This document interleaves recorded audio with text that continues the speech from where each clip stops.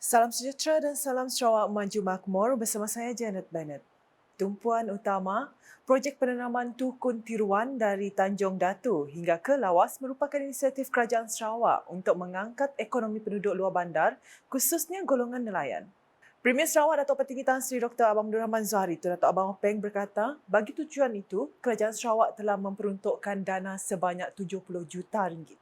Katanya, projek Tukun Tiruan Sarawak juga mendapat pengiktirafan pengkaji dari Yayasan Tukun Berbola Amerika Syarikat sebagai yang terpanjang di dunia iaitu sepanjang 754 kilometer. Apabila saya jadi Ketua Menteri nganti denan, saya dengan Datuk Len Madah, orang kampung mesti kita beri peluang mencari rezeki. Kalau orang nelayannya bergantung kepada rezeki di air. Tapi kalau trola banyak, luar negeri yang ambil ikan, apa jadi orang kampung? Akhirnya kita buatlah Tukun Tiruan tu dengan rumah yang berat-beratnya kita tenggelamkan. Dan ongkosnya 70 juta. Beliau berucap demikian semasa merasmikan Majlis Penangguhan Safari Memancing Tanjung Manis 2023 edisi ke-17 di Terminal Ekspres Tanjung Manis pada Ahad. Tambah Premier Sarawak lagi sebanyak 30 juta ringgit juga telah diluluskan bagi melaksanakan fasa kedua projek Tukun Tiruan tersebut. Terdahulu, Datuk Petinggi Tan Sri Abang Zohari sempat ke perairan Laut Belawai bagi meninjau para penyelidik dari Sarawak Forestry Corporation SFC yang sedang memantau perkembangan dan pertumbuhan hidupan marin pada Tukun Reef Bowl yang ditanam sempena Pesta Belawai pada 8 September 2018. Sementara itu, Datuk Petinggi Tan Sri Abang Zohari berkata kawasan Tanjung Manis semakin berkembang pesat sejak dibuka di bawah kepimpinan mantan Ketua Menteri Tun Pehin Sri Abdul Taib Mahmud. Malah katanya Tanjung Manis juga berpotensi untuk berkembang menjadi pusat pelancongan yang mampu menarik kedatangan pengunjung dari dalam dan luar negeri dengan tersedianya pelbagai infrastruktur asas di kawasan tersebut. Mulanya idea ini adalah idea Tuan Yang Terhormat kita Tun Taib. Dan ketika itu saya adalah Menteri Pembangunan Perindustrian. Mau nak mau saya ada terbabit sedikit dari sudut perancangan kawasan Tanjung Manis ini.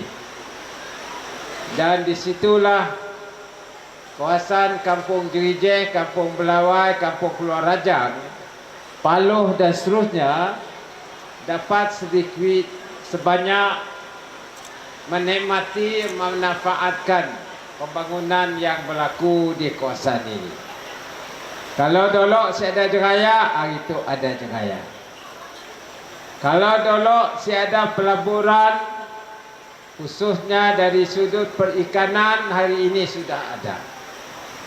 Premier Sarawak kemudiannya menyampaikan hadiah kepada para pemenang safari memancing Tanjung Manis bagi kategori laut dalam dan kategori pesisiran pantai. Laporan seterusnya, Kementerian Pelancongan Industri Kreatif dan Seni Persembahan Sarawak MTCP amat menyokong program berasaskan seni, budaya dan warisan yang ada di negeri ini. Menurut Timbalan Menterinya Datuk Snadan Lawan, MTCP telah menyokong 80 program sedemikian pada tahun lepas di bawah dana Mudah Cara untuk Seni, Budaya dan Warisan. Katanya beliau amat gembira melihat banyak pertubuhan bukan kerajaan NGO dan penggiat seni mengambil inisiatif untuk memohon dana berkenaan dalam menjayakan program yang dianjurkan termasuk aktiviti yang berfaedah serta bermakna buat industri kreatif sedia ada. Program dan aktiviti seumpama ini telah mendapat mengukuhkan kesedaran di kalangan orang ramai bahawa seni, budaya dan warisan masih merupakan sebahagian yang amat penting dalam kehidupan kita. Malah program-program ini boleh diperkembangkan lagi ke tahap yang lebih tinggi. Beliau berkata demikian ketika berucap dalam sesi town hall bersama penggiat industri kreatif Sarawak bahagian Bitulu di Bitulu pada Sabtu. Tambahnya, dana Mudah Cara tersebut telah kembali menerima permohonan bermula Jun lepas dan beliau mempelawa semua penggiat seni di Sarawak untuk memohon dana tersebut. Jelasnya lanjut, MTCP telah meluluskan sebanyak 12 permohonan berjumlah RM461,000 dari Jun sehingga 8 Ogos 2023 melibatkan individu, persatuan serta NGO untuk menyokong pelbagai aktiviti yang bertujuan untuk menaikkan seni dan warisan Sarawak. Dalam perkembangan lain, program pemekasaan komuniti di Rural Service Centre RSC bahagian Miri 2023 memberi peluang kepada agensi kerajaan untuk mendekati serta menyediakan perkhidmatan kepada warga tempatan, khususnya masyarakat Penan. Menurut Timbalan Menteri di Jabatan Premier Sarawak, Bureau Immigration dan Pemantauan Projek Datuk Gerawat Gala, program seumpama ini memudahkan penduduk untuk mendapatkan perkhidmatan secara bersemuka. Katanya penduduk luar bandar ini harus mengambil kesempatan yang ada untuk menyelesaikan isu serta masalah yang dihadapi di peringkat akar umbi. Ambillah kesempatan sebab untuk menganjur program macam ini bukan senang. Sebab banyak agensi yang terlibat. Dan mereka ni hanya nak datang ke sini untuk buat bagi perkhidmatan kepada kita di sini. Beliau berkata demikian ketika berucap dalam program tersebut di RSC Long Iman di Mulu pada Sabtu. Datuk Gerawat berharap penganjuran kali ini mampu menjalinkan hubungan yang baik antara penduduk dan Jawatan Kuasa Kemajuan dan Keselamatan Kampung JKKK dengan jabatan serta agensi kerajaan supaya dapat mengutarakan masalah serta isu melalui saluran yang betul. Katanya lagi, ia bagi mewujudkan perkhidmatan awam yang disegani serta menjadi tunjang kerajaan termasuk menjadi nadi kepada pembangunan Sarawak dan Malaysia secara amnya. Di Konstitusi Simbanggang pula, cek peruntukan projek kecil luar bandar MRP berjumlah RM81,000 telah diagihkan kepada 14 pertubuhan JKKK dan Biro Wanita Rumah Panjang. Cek tersebut disampaikan oleh Timbalan Menteri Pendidikan Inovasi dan Pembangunan Bakat Sarawak merangkap Ahli Dewan Undang Negeri Adun Simanggang Datuk Francis Harden Hollis bersempena dengan program Pemimpin Bersama Rakyat yang diadakan di Rumah Panjang Grand Com Sri Aman pada Sabtu. Program itu turut menampilkan ceramah daripada 3 wakil agensi iaitu Jabatan Kebajikan Masyarakat Bahagian Sri Aman, Majlis Daerah Sri Aman dan Jabatan Pertanian Daerah Sri Aman.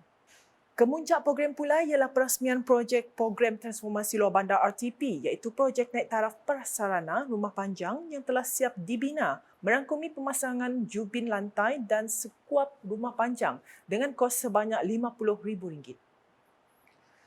Dalam pada itu, masyarakat Akar Umbi menyokong penuh visi dan misi Premier Sarawak Datuk Petinggi Tan Sri Dr. Abang Abdul Rahman Zahari Tun Datuk Abang Openg dalam memimpin kerajaan negeri ke arah memajukan Sarawak pada masa depan. Pelaksanaan Pelan Strategi Pembangunan Pasca COVID-19 PCDS 2030 dilihat bertepatan dalam memenuhi keperluan rakyat tempatan serta menumpukan terhadap usaha menjadikan Sarawak sebuah negeri berstatus maju menjelang 2030. Dalam pada itu, PCDS 2030 merupakan satu transformasi yang komprehensif untuk mengemudi pembangunan ekonomi, sosial dan kelestarian alam sekitar Sarawak. Wartawan Unit Komunikasi Awam Sarawak UKAS sempat menemu bual beberapa orang awam mengenai pendapat mereka berhubung visi dan misi Premier Sarawak. Saya melihat wawasan ataupun visi yang amat berhormat Premier untuk menjadikan Sarawak sebagai sebuah negeri yang maju makmur menjelang 2030 adalah sangat bertepatan dengan kehendak rakyat Sarawak, yang mana kita menantikan pembangunan untuk terus diteruskan oleh pemimpin-pemimpin kita termasuk oleh Yang Amat Berhormat Abang Jo, di mana melalui PCDS 2030 di mana kita menumpukan kepada faktor ataupun elemen kemakmuran ekonomi, keterangkuman sosial dan juga dari segi kelestarian alam sekitar. Jadi ini amat mendapati dari segi untuk mencapai status negeri maju menjelang tahun 2030, dan kita lihat usaha-usaha yang telah dijalankan oleh kerajaan pada hari ini sangat bertepatan dengan mengenalkan pelbagai inisiatif baru terutama dalam green economy ataupun ekonomi hijau dan juga beberapa asas kerajaan untuk menubuhkan sovereign fund. Ini adalah satu yang kita rasa, saya rasa sebagai anak Sarawak kita amat menanti-nantikan, dan saya sebagai rakyat Sarawak amat berbangga dengan negeri kita. InsyaAllah kita akan mencapai status negeri maju dan insyaAllah kita juga akan menjadi sebuah negeri yang maju dan makmur. Okay, untuk kita sebagai anak Sarawak dalam menyokong kerajaan Sarawak, negeri Sarawak untuk menuju ke arah negeri negara yang maju dan makmur, kita sebagai rakyat Sarawak lebih menyokong penuh dengan hasrat yang berhormat Premier kita di atas pelaksana ataupun idea yang cukup kata orang membawa ke Sarawak ke pesada dunia, lebih-lebih lagi menjurus kepada maju dan makmur. InsyaAllah kita selaku pemimpin masyarakat atau undi di kampung di bawah kerajaan GBS, kerajaan yang punya sentiasa menyokong penuhlah hasrat YB Premier kita untuk membawa Sarawak ke mata dunia yang lebih maju. Pandangan saya tentang visi yang Premier kita sekarang ini lancarkan, yang dirancang, dan amat bersetuju dengan itu dan berharap ianya akan menjadi satu kenyataan pada satu masa akan nanti, terutama pada tahun 2030. Semoga dengan perancangan yang dijalankan, yang dirancangkan oleh yang berhormat, yang amat berhormat Premier, akan menjadi satu menjanakan ekonomi kita pada masa yang akan. Sekian edisi malam bersama saya, Janet Bennett. Berita lebih lanjut boleh didapati di semua platform media sosial KAS, masuk portal kas.sarawak.gov.my dan UKAS Channel di YouTube. Sebelum mengakhiri buletin edisi malam ini, saksikan paparan video berkenaan Visi Premier 2030 Bandaraya Pintar Sarawak. #Saluran Informasi Rakyat, Salam KAS. Visi Premier 2030 Bandaraya Pintar Sarawak.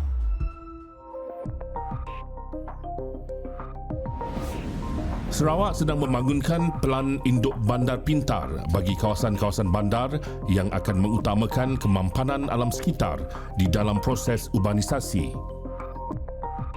Pelan induk bandar pintar Kuching dibangunkan dengan mobiliti karbon rendah dan infrastruktur bandar pintar sebagai keutamaan yang penting di dalam pembangunan Ibu Negeri Sarawak pada masa hadapan. Dimulakan pada 2019 oleh Majlis Perbandaran Miri dan Sarawak Information System Sdn Bhd, Sains. Antara komponen-komponennya termasuklah papan tanda digital, bandar selamat dan taman selamat, perparitan pintar, bas pintar, trak pintar, aplikasi bandar pintar, Miri Cares, pelancongan Miri, Electronic Local Authority 2, ELA2 dan pusat kawalan. Bangunan-bangunan hijau yang mematuhi Indeks Bangunan Hijau GBI, antara yang menyelah termasuk Universiti Teknologi Sarawak UTS di Sibu dan bangunan Dewan Bandaraya Miri. Pusat Operasi Bersepadu Sarawak SIOC merupakan komponen penting di dalam perancangan Bandar Pintar Sarawak dan saling boleh kendali, serta ia adalah sebahagian dari inisiatif Kerajaan Sarawak dari visi yang amat berhormat Datuk Tinggi Dr. Abang Haji Abdul Rahman Zohari bintun Datuk Abang Haji Openg, Premier Sarawak. Penggunaan meter elektrik pintar yang dimulakan oleh Sarawak Energy untuk mempertingkat pengalaman pengguna dan membekalkan perkhidmatan bacaan bil yang tepat berdasarkan penggunaan masa sebenar.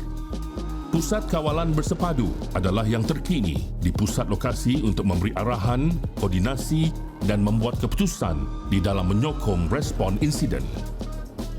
Sarawak bakal menjadi contoh kepada negeri-negeri lain di Malaysia dengan perancangan Bandar Pintar.